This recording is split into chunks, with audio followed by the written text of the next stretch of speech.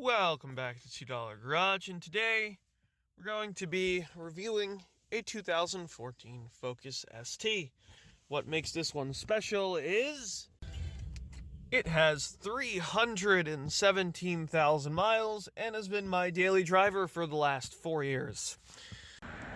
Starting with the exterior, we have most of this is just normal Ford Focus stuff.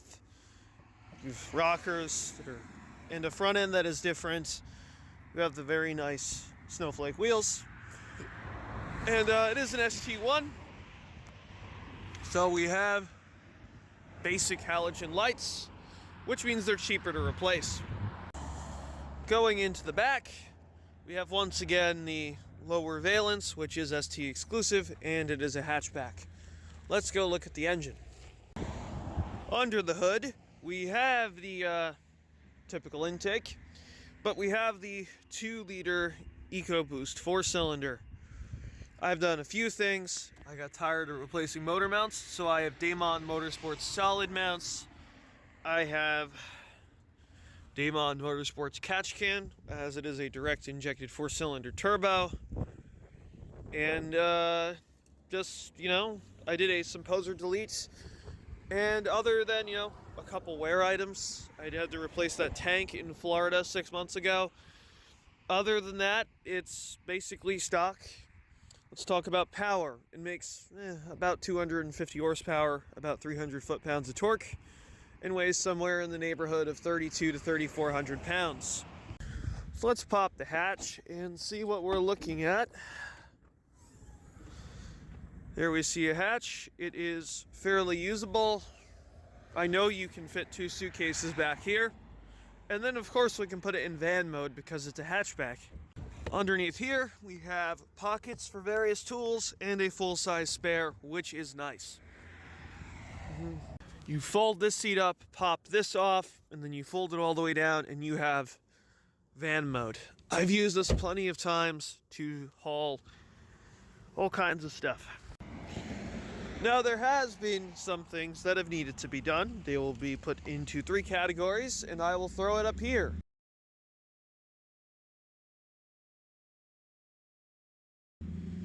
And I'll throw that up now. Okay, so that is the ST wing. No, the RS wing is not stock. And let's do a back seat review. Okay, so back seats. Now, these are not original. These are from a junkyard, and they are from a titanium. They are leather, and they aren't cushiony, very cushiony, but they have some cushion compared to the base cloth rear seats, which are quite literally made of cardboard. We obviously have some cubbies here, cubby in here, and of course, we have a center console, which, as we can see, is pretty much the same as every other Ford. There we see a bottle of water. The tabs hold it. Holds itself in pretty well. There is no pocket here to open up, but overall, I would give the back seats pretty good rating. As for amenities, we have a cigarette lighter, and of course, cubbies. As we can see, we do have a door card, pocket door card. A little compact, but this is a $20,000 Iconic at the end of the day, and that's pretty good. You do have a light, which does indeed work. And of course, let's talk about touch points. So, again, kind of cheap. That's coming off as we speak. Let's talk about this. It doesn't feel... I would classify that as a 4 or 5 out of 10. It's not heavy, but it doesn't feel so cheap it's about to fly off. Before we talk about the front seats, we should look at them. This is an ST1, so they are cloth. They are not the most comfortable in the world, but it's a hot hatch, so you expect that, especially from base model seats. As for controls, if you've seen a 2010s Ford with these controls, they exist. There's a bar in the front. It's all very standard.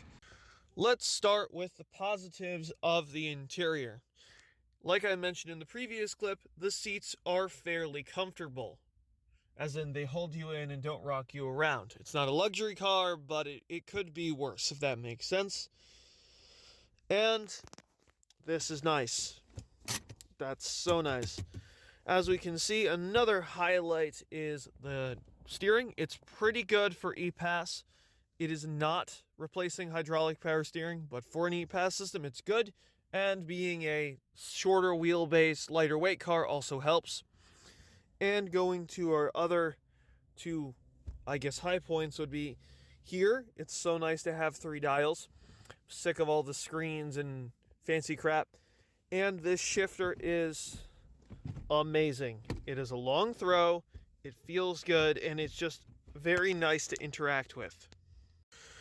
Minus that, with the exception of the AutoZone factory gauge, this is mostly just normal Ford stuff. You have this pleathery leather rubber crap here, which isn't bad. It doesn't crack, and it doesn't rattle, so that's okay. We have a glove box, which holds stuff. We have 4 vents, controls, cubby here, and of course, we have 2 cup holders. It is American, so it's good. Same thing on this side. I could hold 2 or 3 water bottles. Pretty well spacious. Accompanied by our windows control here. Again, you've seen this on pretty much every front-wheel drive-based Ford. And the same basic controls. Same thing applies to this steering wheel. Again, this is just a Ford Escape steering wheel that they put an ST badge in. I actually prefer this to the facelift steering wheel. Now let's talk about touch points and then the bad. So our touch points here, again, they shake and rattle and pull. They do feel better than the back though, so evidently the people designing this car knew where to put the money. Talking about touch points, again, it's pretty solid for a car of its weight and price. And this feels light, but it could be lighter, and I would call it passable. These vents don't feel super cheap. They feel light, but they don't feel like they're going to fall apart. Same thing with your stalks here. They have a sense of movement to them, and they don't feel like every time you hit them, they're going to fall off. Looking at our steering wheel, we have cruise control on and off, and this is for a Sync 3 setup, which I haven't fully configured as. Evidently, I jerry-rigged this up myself. On the side here, we have turn signals, high beams, and over here, we have wipers of various places. This would be your front, and this would be your rear wiper blade, which I don't have a blade for right now. Down here you have basic controls, rear defrost, and this is for traction control, and our 3 basic dials, which are quite amazing in today's world. In here we have my very professional Sync 3 conversion, because that is Ford built spec, obviously. And we have a 12-volt cigarette lighter below there with some coins. The $20,000 car, or cheap Econobox effect does show. This screw is in here because this would just incessantly rattle. And not this door card, but that passenger door card there was hit when I first got the car. And whoever put it together, that door card just rattles at certain speeds if the road is just uneven enough. Again, all of this stuff is to be expected. There is some evident damage like this, and these buttons are quite moody, but I'm not going to blame that on them. It's because I broke it being a dumbass. One problem that is persistent with pretty much every 2010s car, the engineers at Ford knew this, but you see the side mirror. And that's because when you're on the highway at times, that mirror, thanks to the massive pillars, is basically useless. So you're depending on that mirror to see where you're actually going. Again, design flaw of most vehicles in the 2010s. Of course, it is a manual, so we have 3 pedals, and, well, that clutch pedal has seen every bit of 300,000 miles. Here we see fog light controls, right here. And then We have the same basic gauge cluster as every Escape, Focus, front-wheel drive Ford thing. It's fine. I guess it works. And if I hold it like this, it does that, which turns off traction control and I think turns off torque vectoring and makes it very much more front-wheel drive, traditional torque steer front-wheel drive feel. Now, what is torque vectoring? I will let me, in the future, in the warmth, explain that. Probably in the office chair, but the one side effect of torque vectoring is it does wear out brakes severely quicker, and that is just a cost of, well, vehicle ownership in this case. So from what I understand, the torque vectoring in this car basically says, if I am turning right, it's vectoring the opposite brake and it's lightly applying them to help ease the cornering and drivability of the car. And as I stated in the past, it does wear out brakes a lot quicker because of that. Here we see this has been Sync 3 converted. I did about 95% of the way. And the best way to describe it is, well, it works. Yeah, it's a little out of date, but it's not bad. It works better. Now, as we see down here, when you press this button, just once, which turns off sport mode. It's time to do a sound system check. Today we're listening to some classical music that is copyright free.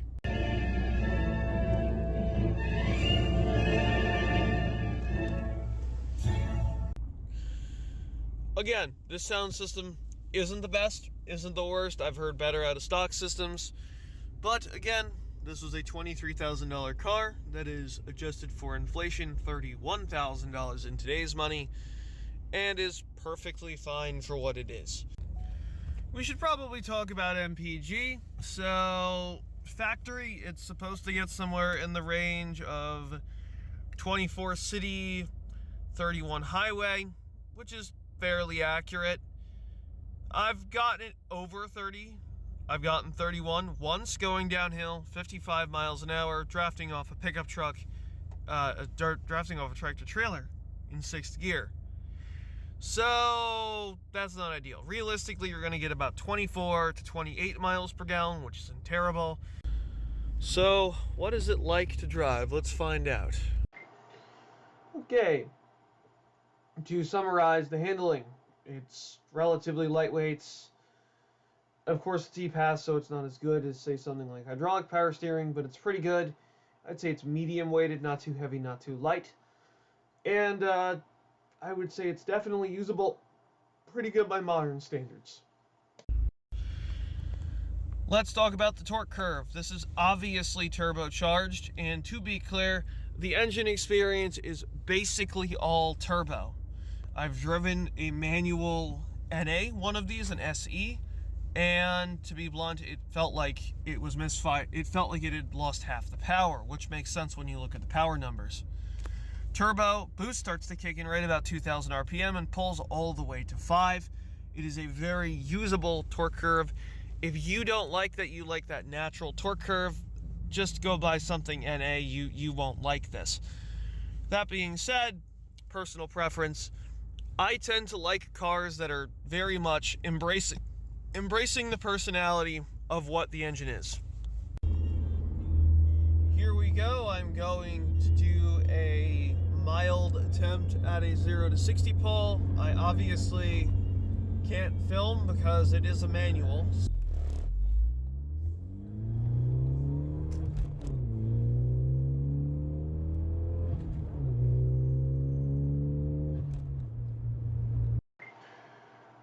I did a few pulls there in merges, and 0 to 60 was somewhere between 7 to 9 seconds. Again, perfectly fine for daily use. No, it's not an absolute race car, but it's perfectly fine for daily driver use, backroad use, stuff like that. Our next test shall be the highway entrance.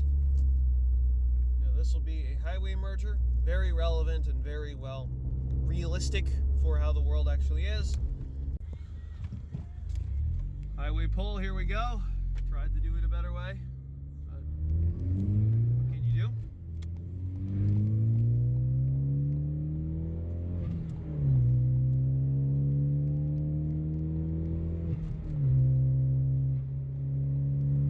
And there we go. We are up to highway speeds.